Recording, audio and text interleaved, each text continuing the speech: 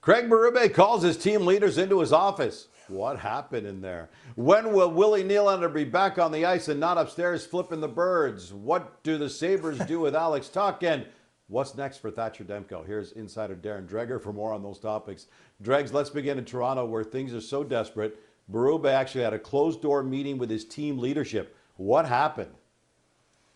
Well, the message that I received from some inside that meeting was that everybody is on the same page. The focus is narrowed to the task at hand, and that starts with playing the Buffalo Sabres tonight on TSN, and then, into the teeth of a real important road trip, which starts Thursday in Seattle. It could be a season-changing road trip, frankly, in terms of direction as to what Brad Treliving, the general manager, goes in, depending on the outcome of the next 5 games. So the focus is where it should be, but as they say, the results have to come on the ice. So a lot of people internally interested to see how this leadership group responds, Gino, to that meeting and where they're at, because where they've been at the last 4 or 5 games hasn't been good enough.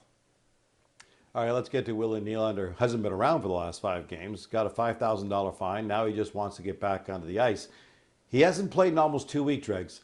The Leafs have got a big game tonight, as you mentioned, then a huge road trip before the Olympic break. Do we have any idea about his timeline to return to the ice?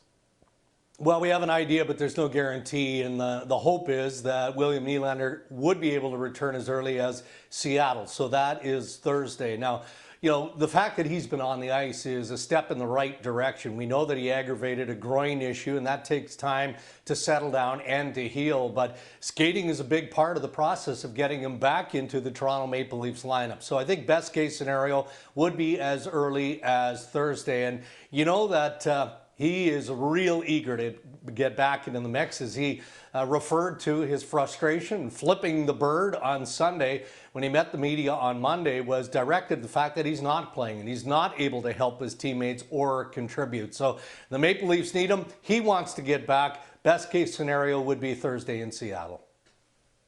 Better to take out his frustration on the ice than up in the booth. 6 weeks ago, the Sabres were at the bottom of the East. Clear-cut sellers. 18 wins, though, Dregs, in the last 22 games. Now they're in the hunt, 6 points up on the Leafs for playoff spot. Alex Tuch, their second leading scorer, is a pending unrestricted free agent. So now they got to make a tough call. Any sense of which direction they're headed?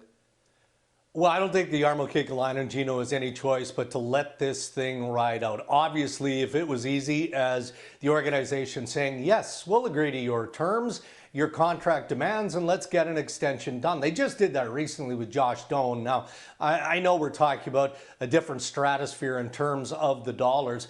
Alex Tuch is an incredibly important piece of the success story that is this season for the Buffalo Sabres. And where it gets tricky is the obvious. I mean, you remove a piece like that, if you're even remotely willing to consider trade, is a significant decision. Now, what are you getting back for Alex Tuch? It would have to be a meaningful piece or pieces that could help this team this year. That seems like a bit of a stretch. And then the flip side to all of that is, who are the partners that you're talking with if you're willing to consider trade? Jarmo Kekalainen is not going to strengthen another team in the East by sending them Alex Tuch. And again, if he sends them to the West, best case scenario to get a return, if that is paramount to the direction of the Buffalo Sabres, but you do that and you weaken your existing roster. I think back to Kekalainen, Gino, with the Columbus Blue Jackets, what was it, back in 2019? When he knew that the Columbus Blue Jackets were a playoff-worthy team. He thought that they could go deep, so he didn't trade away Panarin or Bobrovsky. Now, it came at his expense because, as we know, those players moved on in the off-season, but he may have to steal a page from his old playbook in Columbus specific to Tuch.